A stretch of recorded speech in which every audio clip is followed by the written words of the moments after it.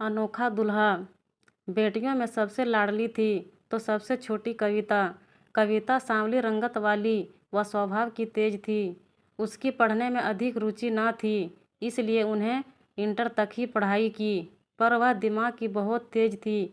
सांवली रंगत और कम पढ़े लिखे होने के कारण उसके माँ बाप को उसकी शादी की बहुत चिंता रहती थी और सुधीर बाबू को दामाद भी सरकारी चाहिए था। जो भी कविता को देखने आता उसकी सांवली रंगत और कम पढ़े लिखे होने के वजह से उसे नापसंद कर देता। एक दिन व्यापार के सिलसिले में सुधीर बाबू की मुलाकात राजेश जी से हुई। उनका एक ही बेटा था, रोहन, वह भी सरकारी मास्टर। राजेश व उसकी पत्नी शांति दोनों ही लालची प्रवृत्ति के थे। बातों ही बातों ने सुधीर ने राजेश से अपनी बेटी के शादी की बात कही। राजेश जी ने भी सुधीर के धन के किस्से सुने ही थे। बस फिर क्या था, बिल्ली के भाग से छिक्का फूटा। एक सप्ते बाद राजेश बाबू अपने बेटे और शांति को लेकर सुधीर के घर पहुँचे।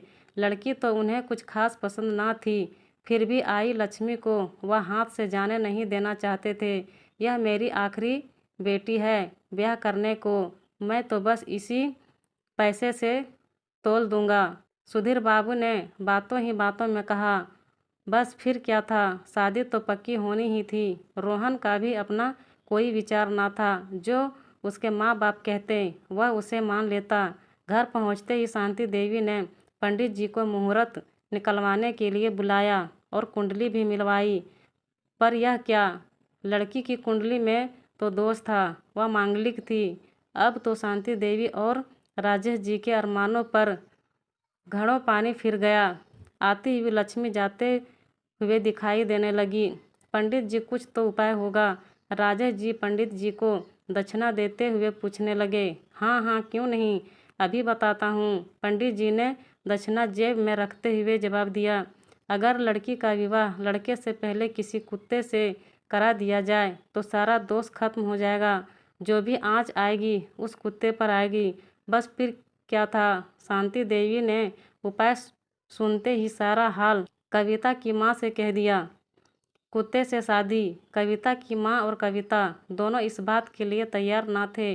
कविता जिद पर अड़ी थी, इससे अच्छा रिश्ता कहीं नहीं मिलेगा। सुधीर बाबू के सरकारी दामाद के सपने के आगे कविता और उसकी माँ की एक ना चली और वह दिन आ ही गया। कविता को दुल्हन की तरह सजाया गया।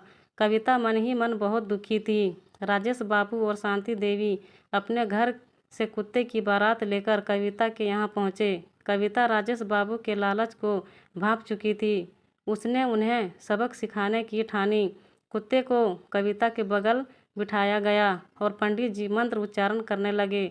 शांति देवी कुत्ते का हाथ पकड़ के सारे कर्मकांड करवा रही थी।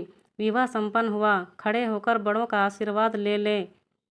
जैसे ही पंडित जी ने यह कहा, कविता उठ खड़ी हुई, तपाक से बोली, अब मेरा पति यही कुत्ता है, अब मैं किसी और से विवाह नहीं कर सकती। शांति देवी और राजेश बाबू यावाक रह गए। सुधीर बाबू ही हैरान थे।